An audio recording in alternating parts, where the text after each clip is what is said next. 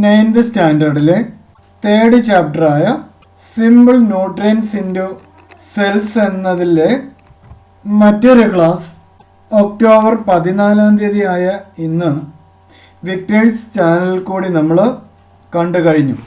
Page number 36 double circulation എന്ന ടോപ്പിക്കാണ് നമ്മൾ ഇന്ന് പഠിച്ചത്. അവിടെ നമ്മൾ പറയുന്നു blood flows from the heart to different parts of the body and vice versa. It passes twice through the chambers of heart. അതായത് നമ്മൾ നേരത്തെ പഠിച്ച ഹാർട്ടിൻ്റെ ചേംബറാണിത്. ഈ ഹാർട്ടിൽ കൂടി രക്തം ഒഴുകുമ്പോൾ 2 തവണ ഹൃദയത്തിലെ അറകളിൽ കൂടി കയറി ഇറങ്ങുന്നു എന്ന് പറയുന്നു. ആ ഡബിൾ സർക്കുലേഷനിൽ സിസ്റ്റമിക് സർക്കുലേഷനും പൾമിനറി സർക്കുലേഷനും ഉണ്ട് എന്ന് നമ്മൾ പഠിച്ചു. അതെന്താണെന്ന് നോക്കാം. ഇവിടെ സിസ്റ്റമിക് സർക്കുലേഷൻ ആരംഭിക്കുന്നത് ഹാർട്ട് ചേംബറിൽ ഉള്ള ഈ ലെഫ്റ്റ് വെൻട്രിക്കിളിൽ നിന്നാണ് ആരംഭിക്കുന്നത്. ഈ ലെഫ്റ്റ് വെൻട്രിക്കിളിൽ നിന്ന് ബ്ലഡ് ഹാർട്ടിന് പുറത്തേക്കുള്ള അയോട്ട വഴി ബോഡിയുടെ ഡിഫറെൻറ്റ് പാർട്സിലേക്ക് എത്തപ്പെടുന്നു. അവിടെ നിന്ന് തിരികെ വീന കവ വഴി, അതായത് ഇൻഫീരിയർ വീന കവയും സുപ്പീരിയർ വീന കവയിൽ വഴി ബ്ലഡ് തിരികെ ഹാർട്ടിൻ്റെ റൈറ്റ് ഏട്രിയത്തിൽ എത്തുന്നു. അതായത് ഈ ലെഫ്റ്റ് വെൻട്രിക്കിളിൽ നിന്ന് അയോട്ട വഴി പുറത്തേക്ക് പോയി ബോഡി പാർട്സിൽ പോയി തിരികെ വീന കവ വഴി വീണ്ടും തിരിച്ച് എവിടെ എത്തി? റൈറ്റ് ഏട്രിയത്തിൽ എത്തി. ഇതൊരു സർക്കുലേഷനാണ്. ആ സർക്കുലേഷനാണ് പറയുന്നത് സിസ്റ്റമിക് സർക്കുലേഷൻ. ഇനി അടുത്ത സർക്കുലേഷൻ ആരംഭിക്കുന്നത് ഇവിടെ റൈറ്റ് ഏട്രിയത്തിൽ എത്തിയ ബ്ലഡ് അവിടെ നിന്ന് റൈറ്റ് വെൻട്രിക്കിളിൽ എത്തുന്നു. റൈറ്റ് വെൻട്രിക്കിളിൽ നിന്നാണ് അടുത്ത സർക്കുലേഷൻ ആരംഭിക്കുന്നത്, അതായത് പൾമിനറി സർക്കുലേഷൻ ആരംഭിക്കുന്നു. ഈ റൈറ്റ് വെൻട്രിക്കിളിൽ നിന്ന് ബ്ലഡ് ഈ കാണുന്ന പൾമിനറി ആർട്ടറി വഴി ലെഫ്റ്റിലും റൈറ്റിലുമുള്ള നമ്മുടെ ലങ്സിലേക്ക് പോകുന്നു. ആ ലങ്സിലെത്തുമ്പോൾ ലങ്സിൽ വെച്ച് ഈ ബ്ലഡിലുള്ള ഇമ്പ്യൂരിറ്റിയായ കാർബൺ ഡൈ ഓക്സൈഡിനെയൊക്കെ റിമൂവ് ചെയ്യുകയും അവിടെ വെച്ച് ഓക്സിജനെ അബ്സോർവ് ചെയ്ത് പ്യുവർ ആകുന്ന ബ്ലഡ് പൾമിനറി വെയിൻ വഴി വീണ്ടും തിരികെ ലെഫ്റ്റ് ഏട്രിയത്തിൽ എത്തുന്നു. ഈ സർക്കുലേഷൻ, അതായത് ഈ കാണുന്ന റൈറ്റ് വെൻട്രിക്കിളിൽ നിന്ന് പൾമിനറി ആർട്ടറി വഴി ലങ്സിൽ പോയി അവിടെ നിന്ന് തിരികെ പൾമിനറി വെയിൻ വഴി തിരികെ ലെഫ്റ്റ് ഏട്രിയത്തിൽ എത്തുന്ന ആ സർക്കുലേഷനാണ് പൾമിനറി സർക്കുലേഷൻ എന്ന് പറയുന്നത്. അങ്ങനെ 2 പ്രാവശ്യം ബ്ലഡ് സർക്കുലേറ്റ് ചെയ്യുന്നത് കൊണ്ടാണ് ഇതിനെന്ത് പറയുന്നത്? ഡബിൾ സർക്കുലേഷൻ എന്ന് പറയുന്നത്.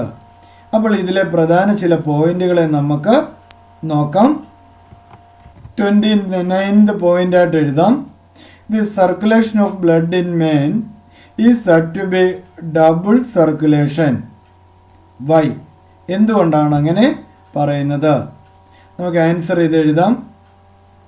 When blood flow from the heart to different part of the body and vice versa, it passes twice through the chambers of the heart. Hence, circulation of blood in man is said to be double circulation. Next point, what are the 2 circulations? ഏതൊക്കെയായിരുന്നു 2 circulations? അതിൻ്റെ answer നമുക്ക് എഴുതാം. Double circulation included systemic circulation and pulmonary circulation. Next point, what is systemic circulation? Answer, systemic circulation start from the left ventricles and end in the right atrium. Next, what is pulmonary circulation? Answer: the circulation which start from the right ventricle and end in the left atrium is called pulmonary circulation. Next point, complete the flow chart given below by including heart chambers and the blood vessels. നമുക്കൊന്ന് complete ചെയ്ത് നോക്കാം. ആദ്യം പറയുന്നത് systemic circulation ആണ്. Systemic circulation എന്ന് പറഞ്ഞാൽ നമുക്കറിയാം, left വെൻട്രിക്കിളിൽ നിന്ന് ആരംഭിക്കുന്നു, അവിടെ നിന്ന് അയോർട്ടയിലെത്തുന്നു, അയോർട്ടയിൽ കൂടി ഡിഫറെൻ്റ് പാർട്സ് ഓഫ് ദി ബോഡിയിലേക്ക് എത്തുന്നു, അവിടെ നിന്ന് തിരികെ വീന കവയിൽ കൂടി റൈറ്റ് ഏട്രിയത്തിലെത്തുന്നു. അതായത് ലെഫ്റ്റ് വെൻട്രിക്കിളിൽ തുടങ്ങി റൈറ്റ് ഏട്രിയത്തിലെത്തുന്ന സിസ്റ്റമിക് സർക്കുലേഷനാണ് ഒരു സർക്കുലേഷൻ. ഇനി അടുത്തത് നോക്കാം. ഈ റൈറ്റ് ഏട്രിയത്തിൽ നിന്നും ബ്ലഡ് എവിടെ എത്തുന്നു? റൈറ്റ് വെൻട്രിക്കിളിൽ എത്തുന്നു. അവിടെ നിന്ന് പൾമിനറി ആർട്ടറിയിൽ കൂടി ലങ്സിലെത്തുന്നു. അവിടെ നിന്ന് തിരികെ പൾമിനറി വെയിൻസിൽ കൂടി ലെഫ്റ്റ് ഏട്രിയത്തിലെത്തുന്നു. അതായത് റൈറ്റ് വെൻട്രിക്കിളിൽ തുടങ്ങി ലെഫ്റ്റ് ഏട്രിയത്തിലെത്തുന്ന പൾമിനറി സർക്കുലേഷനാണ് second circulation. Double circulation. The blood circulation through the pulmonary artery, pulmonary vein, aorta, superior vena cava and inferior vena cava is together known as double circulation. It means that the same quantity of blood passes twice through the heart chambers as oxygenated and deoxygenated. Blood circulates through the chambers of the heart in two ways: for oxygenation of the deoxygenated blood and to supply oxygenated blood to different parts of the body. The deoxygenated blood from the right ventricle passes through the pulmonary artery to the lungs and the blood gets oxygenated. Further oxygenated blood is carried by 4 pulmonary veins into the left atrium. The circulation, which starts from the right ventricle and ends in the left atrium, is called pulmonary circulation. Oxygenated blood from the left ventricle is pumped through the aorta to different parts of the body. Further, after supplying oxygen to the tissues, blood receives carbon dioxide and gets deoxygenated. This blood reaches the right atrium through the superior and inferior vena cavae. This circulation, which starts from the left ventricle and ends in the right atrium, is called systemic circulation.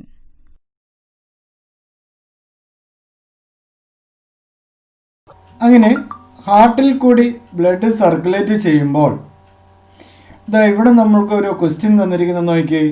How do the simple nutrients which are absorbed in the blood from small intestine reach heart? അവിടെയാണ് നമ്മൾ മൂന്നാമതൊരു സർക്കുലേഷനെ കുറിച്ച് പറയുന്നു, അതായത് portal സർക്കുലേഷനെ കുറിച്ച് പറയുന്നു. എന്താണ് portal vein? അതായത് certain vein do not reach heart and they carry blood from organ to organ. Blood carry from organ to organ. Such veins are called portal vein.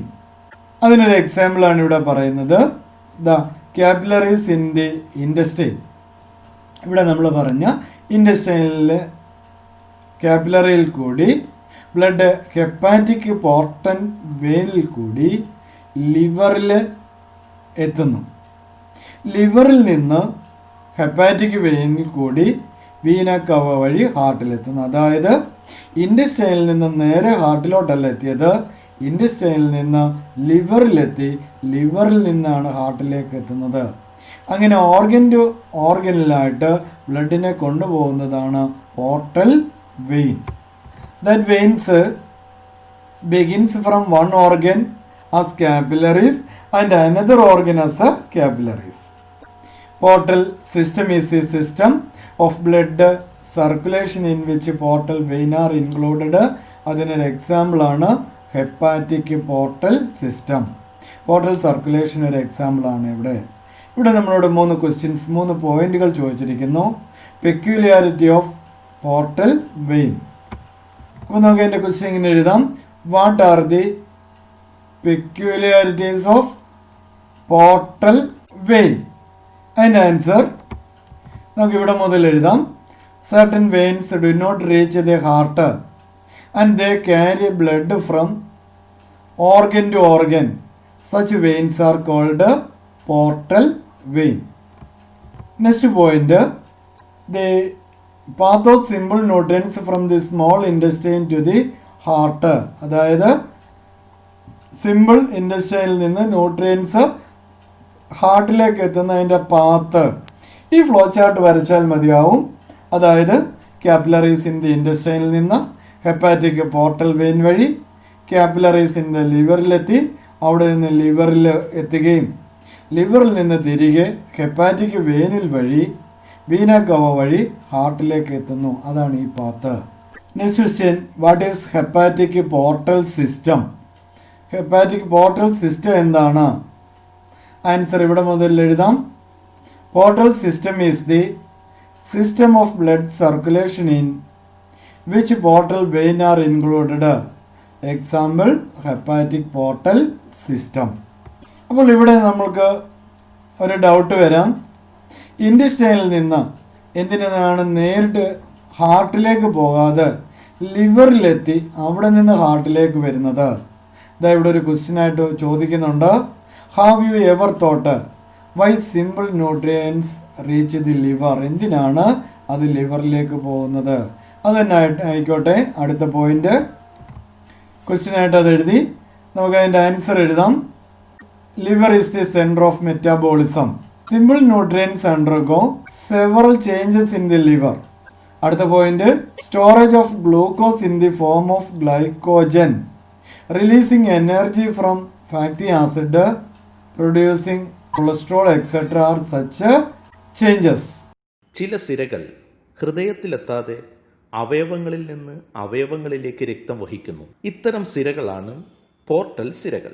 അവ ഒരവയവത്തിൽ നിന്ന് ലോമികകളായി ആരംഭിച്ച് മറ്റൊരവയവത്തിൽ ലോമികകളായി അവസാനിക്കുന്നു. പോർട്ടൽ സിരകൾ ഉൾപ്പെട്ട രക്തപര്യനമാണ് പോർട്ടൽ വ്യവസ്ഥ. ഇതിനുദാഹരണമാണ് ഹെപ്പാറ്റിക് പോർട്ടൽ വ്യവസ്ഥ. ചെറുകുടലിലെ ലോമികകൾ hepatic portal സിരകളിലേക്ക് വന്നു ചേരുന്നു. Hepatic portal സിരയിൽ നിന്ന് രക്തം കരളിലെ രോമികകൾ വഴി കരളിൽ എത്തിച്ചേരുന്നു. കരളിൽ നിന്ന് ഹെപ്പാറ്റിക് സിര വഴി രക്തം മഹാസിരയിലെത്തുകയും മഹാസിരകൾ ഹൃദയത്തിലേക്ക് തുറക്കുകയും ചെയ്യുന്നു. അങ്ങനെ ഹാർട്ടിൻ്റെ അടുത്ത സർക്കുലേഷനായ പോർട്ടൽ സർക്കുലേഷനെ കുറിച്ചാണ് നമ്മളിവിടെ പഠിച്ചത്. അടുത്തൊരു പോയിന്റ് നോക്കി. Have you understood the role of heart in the distribution of simple nutrients to all parts of the body? It is through rhythmic heartbeats that functioning of heart is made. അപ്പോൾ ഹാർട്ടിൻ്റെ rhythmic ആയിട്ടുള്ള ബീറ്റാണ് ഇതിനെല്ലാം സാധിക്കുന്നത്. അങ്ങനെയുണ്ടെങ്കിൽ heart ബീറ്റിനെ കുറിച്ചും blood പ്രഷറിനെ കുറിച്ചും ഒക്കെ നമുക്ക് next ക്ലാസ്സിൽ പഠിക്കാം.